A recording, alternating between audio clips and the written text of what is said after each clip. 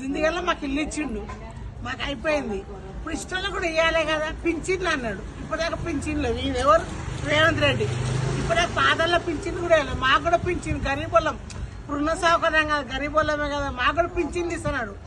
ఒంటరి మహిళలు కొడుకులు లేరు, మాకు 2 బిడ్డలే, ఇల్లు కిరాయి ఇంటేనే ఉంటున్నాం. మరి గరీబులకన్నా ఇవ్వాలి కదా, ఇష్టాన్ని వాగ్దానాలు చేసినాయి ఇవ్వాలి కదా. దేనికి వాగ్దానాలు చేసాడు? 420 ఉన్న వాగ్దానాలు ఎవరికి ఇస్తుండు? మామూలుగా పేపర్లు ఇచ్చి ఆడిచ్చిండు, రాగానే చేయాలి. ఒక బస్ ఫ్రీ, బస్సు రోజు పోతామా? ఎవరో తప్పది అనుకున్న హోటళ్ళు పోతారు, హాస్టల్లో వస్తారు. మనకి బస్తో ఏమో అవసరం? ఒక 20 రూపాయలు పెట్టుకొని బతకలేము మనం ఇళ్ళలో. బస్సులే లేకపోతే పోతాం వస్తాం. బస్సులే ఫ్రీ చేసి లాభం ఏమైంది? గరీబులకు ఎన్ని ఉన్నాయి, మస్తున్నాయి. ఇప్పుడు పింఛన్లు పెద్ద అందరు ఇళ్ళలు ఉన్నారు, బేవాళ్ళు అందరు ఇళ్ళలు ఉన్నారు. పెద్ద